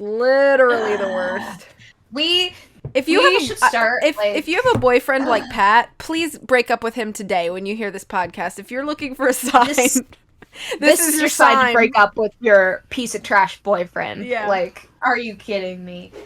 But so, anyway, they try to find Pat, because, he ran off and stuff, and they can't find Pat. And so everybody, they go over to eat food and stuff, and they have Lise there with them, and they're eating all the nice food. And Lisa's like, "Oh yeah, by the way, Pat left with some girl." And they're like, "Huh? Yeah. What?" Oh, what girl? They're like, "Yeah, fancy outfit, fair complexion, bright red hair," and everybody's like, "Oh, that's Kitty." Yeah. So, Pat's a piece of crap. Trying not to swear. I hate him. It's okay. I Pat understand is the rage. terrible. I do not like Pat. Pat's pretty awful, and they're like, "Oh, crud. All right, well, what are we gonna do?" And Lisa's like, "Oh yeah, Kitty said something that like Butch had what Pat was looking for, and that he'd give it today, and that she said to him that she wanted to be friends again, And Pat was like, why not? I happen to be in the market for a new friend. And I'm like, oh my gosh, you piece of crap. And so Quote, then... friend, unquote. Yeah. And then all of that happened, and they're kind of like, we gotta go find him. And then Nancy's like, okay, Lise, you're really cool, but we gotta go right now. And Lisa's like, it's fine, go ahead. And so they leave, and they're driving to the Tolliver estate, which is like Lisa's grandparents, because they were also throwing a party. And they're like, we're pretty sure that this is where they've gone. A lot of and parties, so, I guess. Yeah, and so Frank is like driving, and they're talking about like the whole Kitty Pat situation, which is really awkward to do when Terry's in the car, but it's like, I mean, here we are, we have to talk about it. So they get to the thing, and they're like, wow, this place is huge, and they have like a parking attendant, and there's like food, and it's like, yeah, it's like all on the Ashley River, which is so nice. And then they see like Logan. This little, like, yeah, they see so then they see this little maze thing, and they're like, oh, that looks like a little one of those little English maze thingies, or the tree maze things. So like, yeah, that's cool. Let's go there, I guess. And then she's like, huh? Wait, what's that in the maze? And it's a pair of legs? Yeah, so I read that, and I was like, is there not another part of the body? Is it just the legs? But no. Because Nancy ran through the legs and stopped. Yeah. A chill in the pit of her stomach. And who is it? And it's Kurt. It is Kurt. We have found Kurt. And it's like, oh, is he alive? And he is barely. He's bleeding, but he is alive. He is not conscious. He is very much so unconscious. So he's not doing good. So they call the ambulance. And then they're like, oh, what's going on? And then they ask Bo, like, oh my gosh, has anybody been here? Wait, no. That wasn't what happened. So Bo and Brophy come out, and they're like, oh, we had a plan to... They confront Bo, because, it's his estate and everything. That's where they found Kurt. They confront Bo and Brophy, and they're like, please, we had no plan of violence. We just wanted to sabotage it to where, like, it would stink and people wouldn't want to be there. And they're like, okay, that's weird. But then, Nancy, like, she asks Bo to, like, continue explaining, because she said that, like, Lise had told her that they had heard, or that they were heard talking about forcing Terry out of the show. And so Bo was like, well, what? That was not even the same thing. Like, he wasn't even talking to Warren Brophy at the time. And Bess was like, okay, well, then who were you talking to? And he was like, Logan. And Nancy was like, sorry, what? And Bo's like, yeah, because he said that he knew that I hated Beauty and the Beat, and he really wanted to get Terry to quit the show. So he had come to me and was like, hey, can you somehow get the theater closed for, like, code violations? And I was like, nah. And so Nancy was like, okay, well, I mean, we thought maybe you tried to get Logan to, like, help you disrupt the show because you heard he wanted Terry to quit. And then Bo's like, no, because, like, I didn't even have the invitation. My wife did. And so they kind of, like, talked about how, like, they had felt cheated about, like, the, like, Brophy show not getting picked for the expo, but that was, like, the extent of it all. And then Kurt is, like, getting wheeled into the ambulance, and he starts to wake up, and Kurt's like, wait, I gotta talk to Nancy. It can't wait. Like, where's Terry? And Nancy's like, Terry was really shaken up, so she went back to the hotel. Like, it's fine. She's with Logan. And Kurt's like, absolutely not. Logan did this to me. And then you're like, what the flip? Yeah, and so Logan has been the person attacking her, creeping up on her, sabotaging her stuff, and apparently because of his special training from the military, he also was the one who rigged the car to blow. So I don't know what it is about, like, Terry, but why do all of the men that like her, why are they psycho? Girl just needs to be single for a bit. Like, yeah. I support single Terry just living her life. Yeah, so then they're like, Terry's room. Yeah. And they're trying to...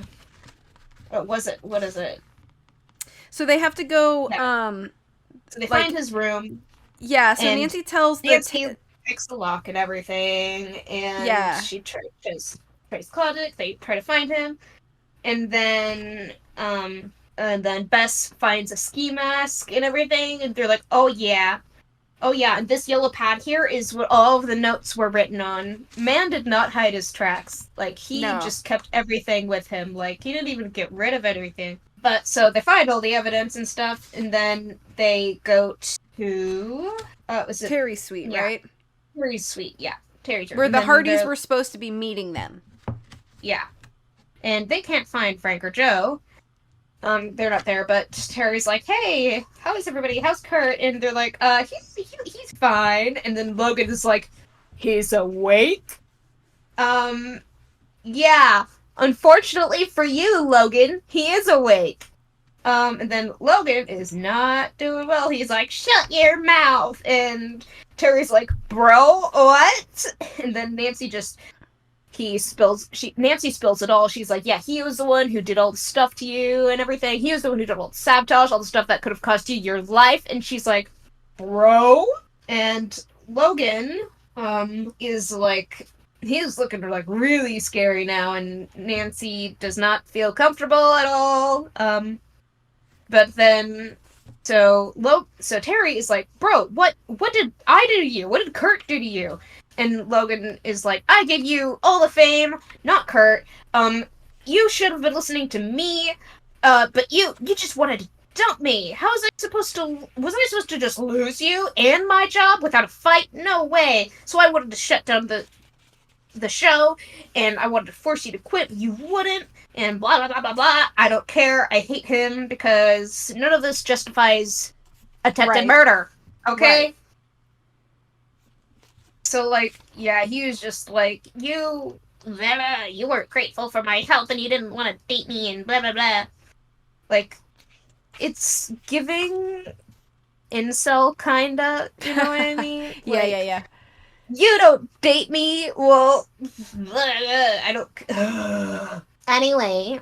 Oh, yeah, so he goes to try to, like, kind of, like, intimidate them, and, he tries to yank Terry into the hall and get away with her. And what do you know? The Hardy Boys come over, and so apparently Logan has a gun with him, because of course he does, because, military dude. And Joe grabs the gun. Frank grabs both of his arms and holds him behind his back and everything. And Joe's like, "Sorry, we're late. We had a flat tire." I love Joe. Yeah. I love Joe. Worst time to have a flat tire, but also at the same time, that's kind of a quick flat tire change, because that whole exchange couldn't have been more than like 10 minutes, and it took way longer to change tire than 10 minutes?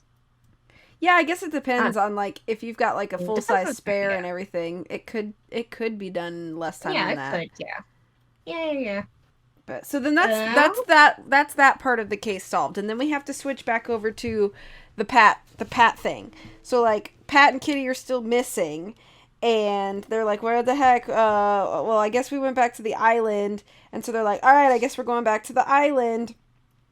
So then they go back, and then they remember on their way back to the island that Kitty had said that morning at breakfast to Pat, and she was like, "Poison doesn't have to be a powder." And then they were like, hey, how would she know that? How would she know that he got poisoned by powder unless she was involved? And then they start, like, piecing it all together about how, like, she had all the opportunity to do all the weird stuff that had happened to Pat. And so they're like, "All right, we gotta go." And so Nancy and Bess are like, "We're coming too, because you helped us." And they're like, "Okay." So, like, everybody gets in the boat, and they're heading over there. Well, they head over to, like, the harbor, and this guy who's, like, working at the harbor is like, "Oh, man, you just missed the boat." And then they're like, "Oh, crud, like, how do we get there?" And the one guy's like, "Well, I guess you could, oh, hang on. What does it say? The boats aren't rentals. They belong to the city." And Frank's like, "This is an emergency. Life and death, I mean that literally." And the guy's like, my hands are tied. I'm taking a break. And then, like, turns his back purposely. And I think it's so funny. It's like, it's, okay, it's like the same vibes as, like, don't let me catch ya. Yeah, exactly. And so they just, like, grab a key and take a boat. And they're, like, approaching the island. And, as they approach the island, they get over there, and then they're like, they go into the locked condo, and Nancy uses her lockpick for like the 7th time, and they get into the condo, and they're going through Kitty's stuff, and they find a diary, and it basically like proves that they have been like in cahoots, or that Kitty has been in cahoots with Butch. So like it's all like been like Butch and Kitty, and there's even like a newspaper clipping about like the tennis guy who had died that had gotten in a fight with Pat previously. So they're like, crud, and Frank's like, oh crud, Butch must blame Pat for ruining his son's life. So like there's the motive, which is I feel like it's so late in the game to give Butch any sort of motive. So I was like, oh, okay. I feel like we just pulled this out of the magic hat. Like, okay. Yeah. I feel like we're retconning some things here, but okay, let's move on. A little bit, yeah. And so then they're like, okay, what do we do now? And they're like, okay, well, we gotta find Pat, Kitty, and Butch. So it's like this boat chase scene kind of thing. Yeah. Or they're like chasing the boat in another boat. So they're like in the boat, and they're like, oh look, there it is.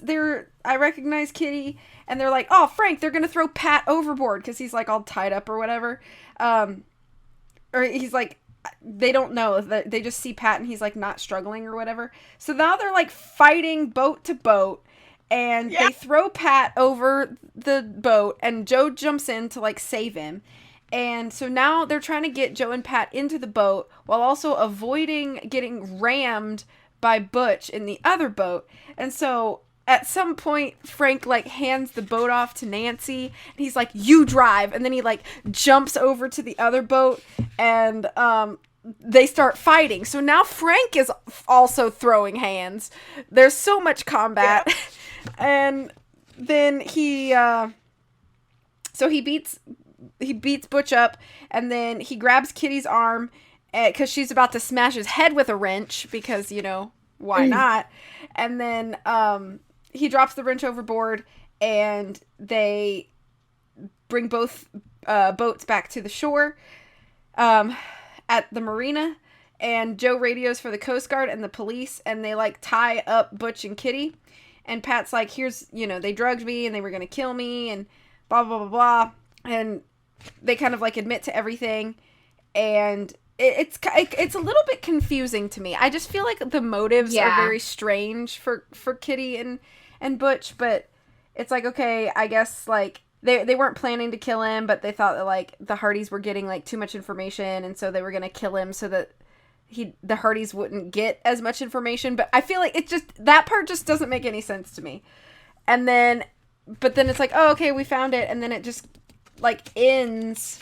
The whole book ends with them all at Terry's performance, which is fantastic and spectacular and awesome and great.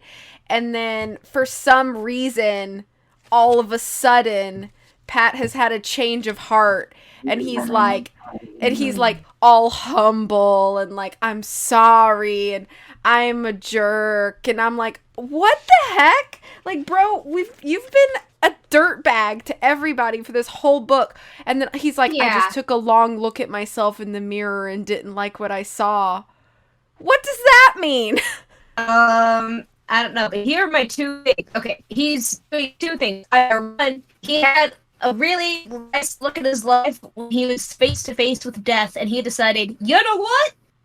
I don't want to live like that anymore, because I literally saw my life flash before my eyes, and I'm good. I want to make the most of it. Or he's just making an excuse and like, oh, I'm totally changed, babe. I'm a totally different man, and then he's gonna be acting the same thing the next day. Yeah, probably. The next day he gets stressed and just takes it all out on Terry. So anyway, because he's stressed. Yeah! But that's the book. And it's confusing. Okay, so, because it was we talked for almost 2 hours about that. Yeah, what's new? We just talk a lot on this podcast. We've had, True. what, 2 episodes now? Yeah, which just a lot of talking. So, I just want to say, first of all, my defense for this book is it's camp. It is very camp. It's very camp. Is it actually quality? Um, no, but it's enjoyable. So Yeah, it is enjoyable. It's not very good I though. enjoyed it. It was fun. I read it in like 4 hours, and Yeah, that was about how it took me too. I kept taking notes of every single character to keep them in order because there's so many for such a short book. Yeah. But and a lot of the characters I feel like could have been consolidated into like 2 or 3 characters probably could have been consolidated into one and would have served the same purpose. Yeah. It just felt like a lot of excessive number of characters. Or like Lise could have only had like one grandparent because her grandmother is in it and says stuff, but she has no plot purpose. So not like really. it was just another character. Like Tim could have just been referenced as the stage manager. Yeah, it was just a lot of characters. Yeah. But, I do. Yeah, you go first. I was gonna say, like, I do like the setting, and I know that I'm kind of biased because, like, Charleston's my hometown, but I will say that, like, the geographical things that they described in the book are very accurate. They mentioned things like King Street, like King Street and Shem Creek, and then, like, the Ashley River, and there's lots of, like, old, like, big mansion-style homes in that part of the city, and so, like, all of that is very accurate, so I did appreciate those aspects. But I also feel like they didn't really they didn't spend a lot of time sort of like exploring the setting because so much of it happened just like on the tennis courts or like in the theater. So like while it was cool and the things they did talk about they got right, they just didn't. I don't feel like they really explored the city that much. Yeah, and another thing I want to mention is the contrast between the two mysteries. Because, like, the first mystery with Terry and the attacker and everything, I feel like that was, like, leaps and bounds better than the Pat one. In terms of, like, how it all came together. Because the Pat one kind of just was, like, there wasn't as much to it. Like, of course, there are the red herrings and everything, but, like, everything for that one just came all at the same time at the end. Like, all the clues were just right there at the end, and it was like, oh, we solved the mystery. But with the Terry one, like, as I called it, that he had a thing for her, like, that is a very good thing to put at, like, at the beginning of a mystery, just, like, put little hints there at certain things. And you look back at it, and you're like, oh, this makes a lot of sense. With the grease stain on the shirt and everything, and him being tired all the time, not getting sleep, and, like, that, all that stuff could be completely and everything, but it does fit exactly with the culprit for the murder. And so I did really like the first mystery with Terry. Yeah. The Hardy Boys one, sorry, buddies. I didn't like it as much. Yeah, it just kind of seemed like, I don't know, like just a little too run-of-the-mill. There are lots of tropes in this book too, which I kind of get it. Though. Yeah, like I kind of get it. Like your target audience is gonna like really be into those tropes, and you know, kind of this like toxic love triangle thing that's like played with like so messy and drama and soap opera-y. It's camp. It is camp. That is my defense. Yeah. So, but I mean, like I did think it was very like entertaining and like it's not a difficult read by any means. So it's like if you're just looking for something to kind of like, well, if you actually want to keep track of all of the characters, then yes, it is a difficult read. Yeah, that's a good point. Because there are so many, but if you're just reading it for fun, like, yeah, it's super easy, super fun. You'll get right through it. It is a breeze compared to the books that I have been reading lately, which are A Game of Thrones and The Silmarillion, which are 10 times harder to read than this. Yeah, I believe that. Oh, so that was a good break. I have been reading the Silmarillion for about a year now, and I keep having to reread parts and take notes. Because there are a ton of characters in this book. You don't even want to know about the Silmarillion. It's yeah. It also is a bit messier than this. Oh gosh. How anything can be messier than this is surprising to me, but I believe you. I will say also Game of Thrones is also messier than this. Everything is, but this is more fun. So this is much more fun than any of the other books, even though I love the Silmarillion dearly. This is very fun. I would rate it a 6 out of 10. Okay. I was gonna give it mine like a 5 out of 10. Like, it's pretty mid, and like it's fun, but it's not like anything deep. Yeah. For fun points though, I would give it a 9 out of 10 for just like having fun. But for actual quality, like, I'm sorry guys. I'm sorry. I think my favorite part of this whole book is just how ready and willing Joe is to fight everyone at any time. Like, that's my favorite part. There could be like a little tiny hint of conflict with something, and Joe is just out there ready with his fists, ready to just like, he's like, I'm ready to punch something, and Frank is like, hold on, calm down, take a deep breath, and just like, buddy, I want to fight. Yeah, and then at the end, Frank's fighting anyway, so it's like, we just all swinging. So yeah, that was a fun read. It was very chaotic, and it was good for our first book for the podcast. Yeah. It was really funny. It would be really fun to see like a game kind of like this, not with the Pat thing because I hate him. Yeah.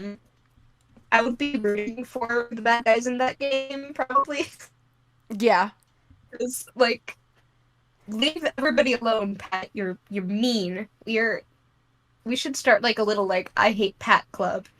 Yeah. Like, yeah, we hate Pat on this podcast. Like, yeah. So any closing thoughts other than hating Pat? No, not really. I think that I think the Nancy Drew Hardy Boys Super Mysteries and in general are a really fun series. And I think it's just so like fun. Yeah, it's always fun to bring Nancy and the Hardy Boys together, and kind of see their dynamic. And I mean, they've played with that in a lot of different media. I mean, like, there was the really popular show from the 70s that was Nancy Drew and the Hardy Boys, and that was a really successful show, and it was really fun. I've watched a lot of episodes of that too. So anytime Nancy and the Hardys are together, I think it just makes it that much more fun. And all three of them have very distinct personalities and strengths, which I think is really appealing because you have like all those different dynamics, and it just makes things feel like really layered and like balanced. And so I always enjoy that. So that's really my only final thought there, is just kind of that if you like Nancy Drew or like the Hardy Boys, which I would assume you probably like Nancy Drew if you're listening to this podcast. Yeah, I think so. But I always endorse like the crossovers like this because they're just nothing but fun. They're so fun. But yeah, my closing thought personally is it's camp. Check it out. Yeah. Yeah. I also paid way too much for this copy because the cover is coming off of the spine. Like, there's probably an inch of part of the book that is actually connected to the cover. And I bought this for $3. This physical copy is not worth $3. But it was worth the emotional investment. It was fun. So all that matters is that we had fun at the end of the day. We did. And that Joe got to fight people, so. Oh, yeah. Okay, yeah, so to close this out, thank you for joining us on this episode. You'll see us again in a couple of weeks. We'll be back with our next episode. So until then, our new mantra we will leave with you. And it is 3, 2, 1. We hate Pat. Pat. We hate Pat. Goodbye, everyone. Goodbye.